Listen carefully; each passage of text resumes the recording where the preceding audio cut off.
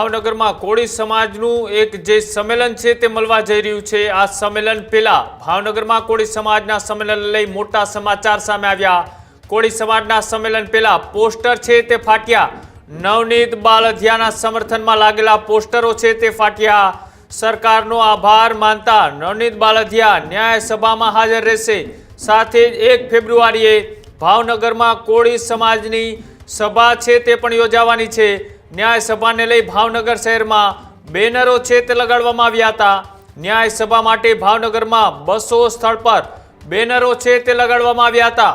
DYSP અને બગદાણાના PI સામે તપાસની માંગ છે તે પણ કરાશે। જે રીતના આ બેનરો છે તે લગાડવામાં આવ્યા હતા। ન્યાય સભા 1 ફેબ્રુઆરીના દિવસે જે યોજાવાની છે તે પહેલા એ આ બેનરો છે તે અત્યારે ફાળવામાં આવ્યા હોવાની વાત સામે આવી રહી છે।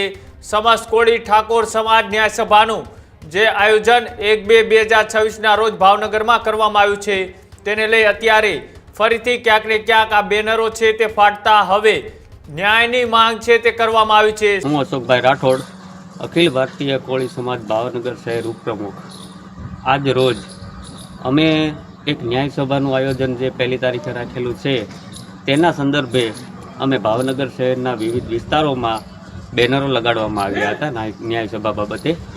તે ન્યાય સભા બાબતે જે બેનરો લગાવવામાં આવ્યા હતા તે ગત રાત્રિના કોઈ ઈસમો દ્વારા ફાળવામાં આવ્યા છે। તે બેનરો જે લગાવેલા હતા ફાળવામાં આવ્યા છે અને તેના સીસીટીવી ફૂટેજો પણ અમારી પાસે આવ્યા છે।